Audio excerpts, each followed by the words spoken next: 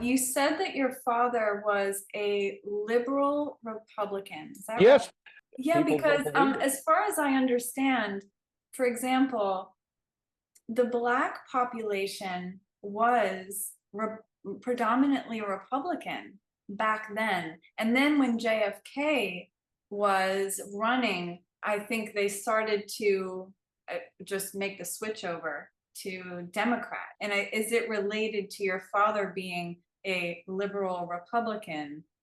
Uh, Yes, it's very, very interesting to me because also like today, I feel like the Democrats are a little bit more conservative.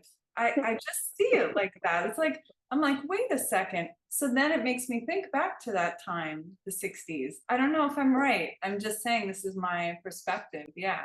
You're absolutely right. And what happened to the Democrats is when, to the left of most of us were at that period to the left of the Democrats.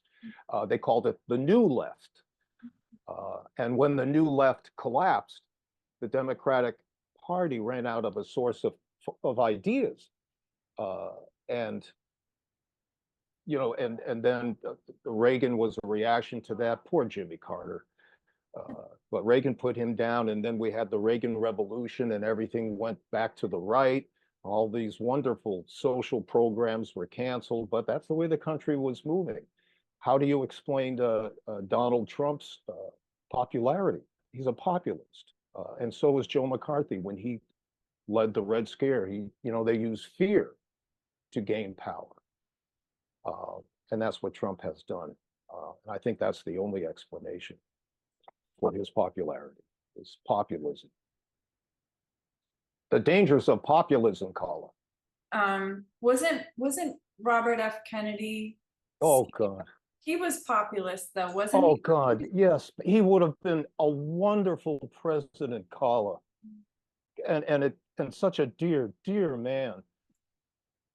I don't know if you know this. You've probably seen the footage, but he went on TV in Indianapolis, Indiana. I guess it was after a rally, and he was having a rally, and they told him what happened to Martin Luther King, and he told the crowd Martin Luther King has been shot and he's died, and to I'm sure Mr. King would not want us to riot and to burn, and let's just follow his example of nonviolence.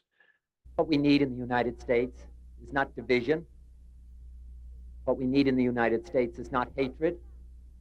What we need in the United States is not violence and lawlessness, but is love and wisdom and compassion toward one another, feeling of justice toward those who still suffer.